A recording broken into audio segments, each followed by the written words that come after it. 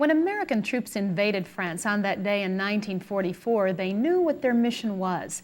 Today, the goal of the American military and United States foreign policy in Europe is not so clear. CBN News senior correspondent Gary Lane files this report from France on America's role in Europe today beyond Normandy. It was more than scary, but you do what you have to do. Bill Maslen of Portland, Oregon was 20 years old when he hit the beach at Normandy. He says he and the 175,000 troops of Operation Overlord knew why they were there. They showed me a penny and your fight for liberty, and so this is what we were working for. More than 9,000 Americans are buried here above Omaha Beach at Coville, France. In 1944, these men had a sense of purpose. They had a mission. Their objective was to drive the Germans out of France and rid the world of Nazism once and for all. 50 years later, America's mission in Europe may not be as clear-cut. Obviously, there's some big changes due to the fact that 50 years ago we were coming in here as part of the war, and then through the years that's changed in that we were a stabilizing force, especially through the Cold War era, trying to defend against that threat at that time. With the Nazi enemy destroyed and the Cold War over, 50 years later, does America have a role, a purpose in Europe? More than 300,000 American troops were stationed in Europe just 5 years ago. They were a stabilizing force, holding off a possible Red Army advance into Western Europe through the Fulda Gap. Those days are over. The old Soviet communist state is dead, and the Clinton administration says America's presence will soon be reduced to only about 100,000 in Europe.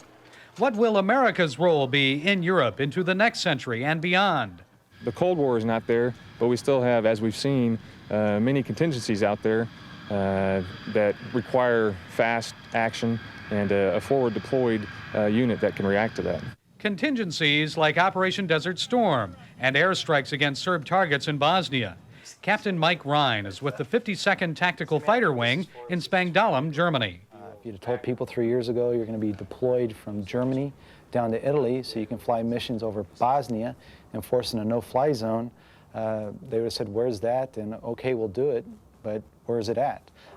Now these are the type of operations that we see ourselves doing in the future. Not so much the big grand wars where you have one mighty force faced off against another, but more of the smaller type contingency operations where you take a smaller force to deal with the problem that happens to be at hand. But do the Europeans need the United States to play a role?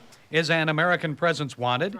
French farmers expressed anger over what they believed were American strong-arm tactics at the conclusion of the GATT negotiations, the general agreement on tariffs and trade reached last year.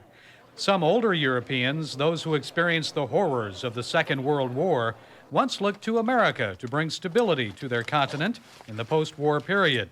But some members of a younger generation, those who have not known war and have enjoyed the peace which America has helped keep, want a lesser U.S. role. I don't like the Americans because they think they're the best of the world, the greatest.